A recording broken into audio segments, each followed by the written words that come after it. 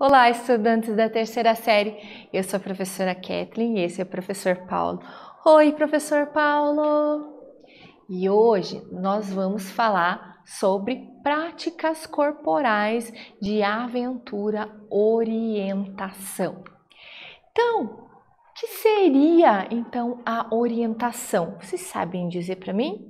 Vamos verificar o objetivo então da nossa aula de hoje, que vocês compreendam essas relações das diferentes tipos de práticas corporais de aventura, ali falando especificamente da corrida de orientação. E vocês sabem me dizer o que seria um esporte de orientação? Se nós pararmos para analisar só a palavra orientação, quando eu imagino a orientação é algo que eu me oriento, então é uma adaptação aí, a corrida de adaptação nada mais é do que uma corrida orientada, onde você tem orientações para fazer esse percurso. E você conhece alguma técnica de orientação? Por exemplo, eu saio de casa e eu vou até a escola. Qual orientação eu sigo para caminhar até a escola? Por onde eu passo? Eu me oriento para chegar até em casa, que perto de casa tem uma escola lá, uma escola na frente da minha casa, que eu consigo saber, próxima da minha casa tem uma rotatória lá, então eu chego na rotatória, ando 2 quadras, viro à direita, cheguei em casa. Então são formas de nós nos orientarmos, nós nos localizarmos no local onde nós estamos. E o que seria então aí a orientação? Então, esse desporto, ele é um desporto que é realizado de forma individual, também pode ser realizado ali em equipes. Então, vamos olhar aqui para a figura. Vocês recebem, então, um mapa para que se orientem. Neste mapa aqui, nós temos o ponto de chegada, nós temos várias demarcações de pontos onde você deve percorrer e, por fim, nós temos ali a partida. Nós também podemos citar um exemplo de uma adaptação que pode ser feita dentro da escola ali, né? O caça ao tesouro. Então, o caça ao tesouro nada mais é que você recebe uma orientação ali, dicas do que você deve fazer, pontos que você deve ir até você chegar ali ao seu tesouro, achar o tesouro. E trazendo aqui para a corrida de orientação, então, achar o tesouro é chegar no ponto final ali, no ponto de chegada. Então, a corrida de orientação, ela é uma corrida realizada contra o relógio. O que seria um esporte contra o relógio? Ganha quem for mais rápido, mas não é só o mais rápido no ato de correr, é o mais rápido fazendo todo o percurso necessário que está ali no seu mapa descrito. Então você não pode, eu saí do ponto 1 e eu já vou lá para o ponto 5. Não, eu tenho que ir do 5 para o 2 e seguir uma sequência lógica para que eu passe por todos os pontos demarcados ali no meu mapa. Então a corrida de orientação, ela surgiu ali em 1918, ali com o sueco, o Major Kilander, que ele é denominado o pai da orientação. Então, inicialmente, ele pensou o seguinte, ele era major, né, do exército, e ele percebeu que os seus soldados, andavam muito estressados, então ele quis fazer uma atividade que pudesse os seus soldados ali se distraírem, ter um momento de lazer. E ele criou essa corrida de orientação para divertimento dos soldados. E só que teve uma repercussão, uma aceitação muito grande e essa corrida de orientação ela foi levada então para outros locais para se tornar ali um esporte. Entretanto, a gente sabe que a corrida de orientação ela é principalmente utilizada entre os militares para fins de treinamentos militares. Então, é realizada em vários ambientes, em ambientes mais fáceis, mais difíceis, a fim de condicioná-los e prepará-los para talvez uma possível batalha. Então, como um desporto, né? Nós já vimos nas aulas anteriores, todos os esportes eles seguem uma regra bem delimitada, bem definida, então ele não modifica de acordo com a região ou país. Então a mesma regra que eu sigo aqui no Brasil, eu sigo lá na Suíça, na China, no Japão, nos Estados Unidos, em todos os países, para que seja mesmo padronizado essa prática. Então, a corrida de orientação, ela chegou aqui no Brasil, né, ali por volta de 1970, ali, então, estava acontecendo aqui no Brasil a Copa do Mundo, né, e vieram para o Brasil através dos europeus. E a primeira competição que teve aqui no Brasil foi desenvolvida um ano depois, ali pelos militares, mesmo em 1971. E lá em 1983 foi, então, realizada aqui no país, né? O Brasil sediou o 17º Campeonato Mundial Militar de Orientação, né? E daí, em 91, foi criado uma fundação específica para cuidar desse desporto aqui no nosso país.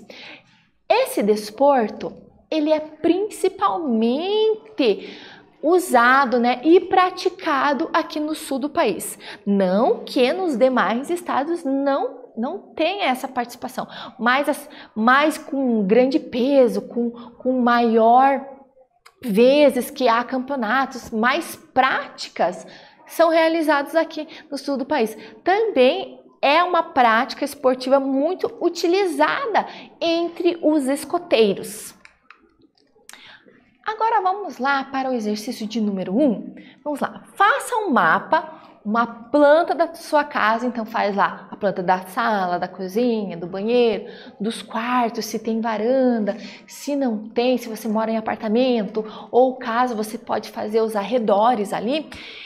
E coloque cores e legenda, distinguindo cada cômodo. Coloque símbolos nessas legendas. Coloque a direção norte nesta legenda. Nós já vamos verificar por que temos que colocar o norte. E escolha um objeto da sua casa que você vai tentar localizar ali durante, como se fosse uma corrida de orientação, né? Então, você vai realizar esse mapa, fazendo todas essas legendas, todas essas sequências que a professora falou, imaginando que não será você o localizador deste objeto, que você vai pegar este mapa e vai dar, por exemplo, lá para o seu primo, né? Fazer a leitura desse mapa e achar este mapa ali. Então, você vai escolher o objeto e vai marcar um X em cima do local que está esse objeto. Por exemplo, tá lá na cozinha, mas não que você coloca ali numa cozinha, porque daí vai ficar muito fácil para o entendimento. Então, ali no caso da casa, né, para alguém que vai ler, não coloca especificamente. Então, escolha alguém da sua casa, da sua família e entregue o mapa para que essa pessoa ache esse objeto. A professora vai dar um tempo para vocês pensar e realizar a atividade e nós voltamos posteriormente.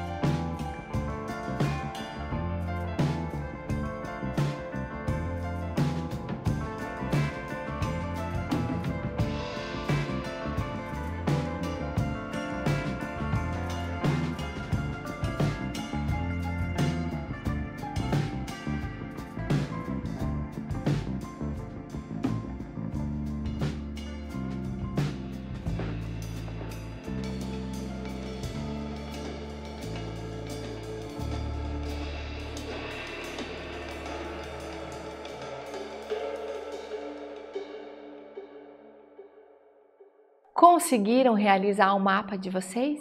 Escolheram um objeto ali para que alguém pudesse achar? Se vocês tiverem a oportunidade de vir um familiar de fora e fazer essa orientação, né, fazer essa prática, é muito legal.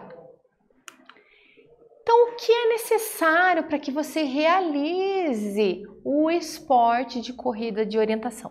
Então, nós precisamos ali de um mapa, né, que faça o direcionamento, que você consiga se localizar e interpretar aquele mapa. Então, você precisa saber ler e interpretar mapa, porque o mapa ele é dado para todos os competidores. Entretanto, você vai ler, você pode tomar um direcionamento totalmente diferente e distinto do teu adversário. Por exemplo, eu analiso aqui, eu saio aqui da chegada, né? E eu tenho que fazer o percurso, passar por todos os pontos e, enfim, chegar ao final. Mas eu posso sair do ponto 1 e para o 2 e aí retornar para o 3. Não precisa ser iguais, todos fazendo o mesmo percurso. Isso que é o interessante da corrida de orientação. Não é algo estritamente ali restrito, né? Você tem várias formas de fazer o mesmo percurso e se chegar lá no mesmo ponto de chegada. Então, nós temos ali a bússola, nós temos pontos de encontros, nós temos o picador, que é você vai marcar ali por onde você vai passar. É obrigatório fazer a marcação em todos esses picadores, para que no final os árbitros confiram que realmente você passou por todo o percurso, você fez toda a orientação que o mapa solicitava, e o cartão de controle, que você vai fazer as anotações ali dentro daquele cartão por onde você passou, e também há uma roupa adequada para essa prática, porque ela geralmente é feita dentro de ambientes naturais, e então precisa de uma roupa, de uma vestimenta que, por exemplo, evite de você tomar picada de insetos, ali que você passe um protetor solar. E vamos verificar agora as características que esses mapas eles devem ter. Eles seguem uma ordem internacional, como é uma regra, tem regras bem definidas, então tanto aqui como nos Estados Unidos, são as mesmas orientações, os mesmos símbolos. Nós temos ali cores de fundos que podem ser colocadas nesse mapa. Nós temos objetos artificiais, como por exemplo um muro que é construído, pontes, obstáculos naturais, um riacho, árvores, relevo, né? Então, nesse mapa vai ter ali se é um terreno plano, se é rochoso, como que é esse terreno. Nós temos ali desenhos que formam escala, então, claro que o mapa é uma proporção muito menor, né, da realidade, então você verifica qual que é a escala desse mapa. E nós temos ali os símbolos das competições, que são símbolos iguais internacionais que devem ser seguidos. Nós temos também as cores de fundos que pode ser utilizado nesse mapa. Por exemplo, aqui, cor amarelo, a gente sabe que é a grama. Cor branca, árvore. Vamos imaginar aqui que eu saio deste ponto aqui e eu tenho que chegar na lavoura aqui. Então, saio da vassoura e quero chegar na lavoura. Vou analisar qual percurso que eu vou fazer para chegar aqui. Será que é mais rápido eu ir, por exemplo, numa mata fechada, mas que seja um espaço curto, né? Por exemplo, uma mata curta, ou eu andar mais, mas num espaço aberto? O que vocês acham? Você preferia andar num espaço curto, totalmente fechado, dentro da floresta, que você não sabe realmente o que você pode encontrar, ou num campo aberto, que por mais que seja distante e longo, você consegue até ver o final desse percurso? Acredito que, porque os esportes, as práticas corporais de aventura são esportes imprevisíveis, né? Você pode encontrar várias dificuldades ali dentro da mata. Então é melhor você não encontrar tantas dificuldades e caminhar um pouco mais e ir pelo espaço aberto. Também, né, nós temos desenhos ali de obstáculos artificiais, como rodovias, estradas, trilhas, cercas, barrancos, entre outros tantos que a gente consegue verificar aqui e olhar esses símbolos internacionais. E outros também, né? Nós temos o triângulo que ali demarca aonde é a partida. Nós temos esse círculo com duas retas, que é o ponto de controle da competição. Então tem alguém ali para fazer esse controle. Nós temos ali esse outro símbolo que significa a linha balizada, pontos de água que parece que são pontos para você se hidratar. Vamos verificar agora o exercício de número 2? Vamos lá? Então, considerando as especificações internacionais de orientação, cite quais são os tipos de terrenos que podemos identificar no mapa ao lado.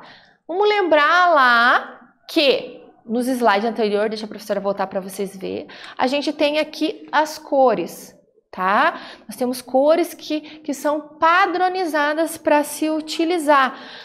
Então, olhem aqui este mapa e verifiquem quais desses tipos de terrenos nós temos aqui na posição 1, na posição 2, na 3, na 4 e na 5. Faça suas anotações e a gente retorna posteriormente.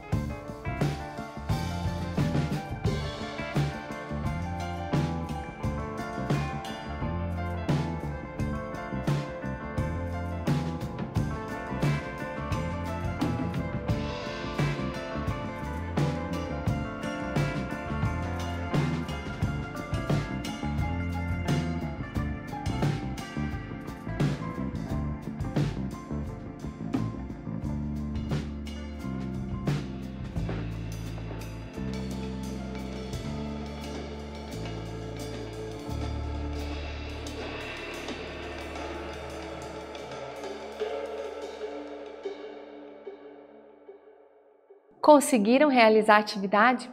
Creio que sim, né? Com a legenda fica fácil entender e anotar ali qual ponto em qual terreno você consegue se localizar ali. Então, um mapa de orientação, ele também existe ali do lado desse mapa um cartão descritivo. E esse cartão descritivo, você deve fazer ali as anotações e, por exemplo, aqui, na posição, no ponto 1. Então, o que eu encontrei lá no ponto 1? Você vai fazer qual foi o ambiente que você encontrou ali, se você encontrou, por exemplo, um terreno rochoso. Lembrando que nós temos desenhos que são internacionais, então eu não posso fazer qualquer desenho ali. Eu tenho que seguir esse padrão ali. E ali, ó, por exemplo, ali no 1, então eu encontrei o prisma 31. O que seria o prisma? O prisma, ele é um ponto de controle. Lembram lá que nós vimos nos slides anteriores ali um corredor e do lado tinha como se fosse uma bandeira laranja e branca? Então, ali são pontos de controle que ele tem que passar ali e hoje eles utilizam ali de chips eletrônicos pegam ali o chip e esse chip ele consegue mandar essa informação por onde os atletas eles passaram. Mas antigamente, cada prisma, cada ponto desse tinha ali, você tinha que fazer como se fosse um picote, uma marcação ali no seu cartão para no final da corrida você mostrar para os juízes que você realmente passou. Mas com o uso da tecnologia isso vem sendo deixado de lado e sendo substituído por esses equipamentos eletrônicos, né? Então, por exemplo, ali o prisma 31, eu tenho uma árvore. Ali no ponto 5, por exemplo, né? Eu tenho ali o prisma 38, então eu encontrei ali no prisma uma construção.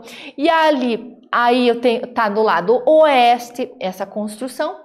E a gente se utiliza também para se direcionar na corrida de orientação da bússola. Então a gente não pode usar GPS, não pode utilizar ali do celular. A gente recebe um mapa e também uma bússola. Como que eu faço a utilização dessa bússola? Coloco ela em cima da palma da minha mão, deixo ela estabilizar, né, o ponteiro. Então o ponteiro verde aqui, ele sempre vai estar apontado para o norte. Então eu verifico, seguindo a bússola e o mapa. Se o meu mapa diz para eu ir para o sul e a minha bússola está apontando para o norte, então eu já sei que o sul é para cá, ou leste ou oeste. Então eu utilizo a bússola, mas fazendo a leitura do mapa onde eu tenho que ir. Então, esses pontos de controle, os atletas deverão encontrar esses pontos de controle aos quais são identificados por um prisma, que é esta bandeirinha aqui e é uma forma de controle ali. Como que você deve se orientar, né, de acordo com o mapa, saber se orientar aonde você está, para onde você vai e onde você quer chegar. Vamos lembrar o que nós vimos? Então nós vimos o que é corrida de orientação, como surgiu, como chegou ao Brasil, como é praticado, o que é necessário, as características dos mapas, os símbolos das competições, a bússola, ponto de controle e como se orientar. Nesta aula, nós vimos sobre práticas corporais de aventura, corrida de orientação. Espero que vocês tenham gostado. Até breve!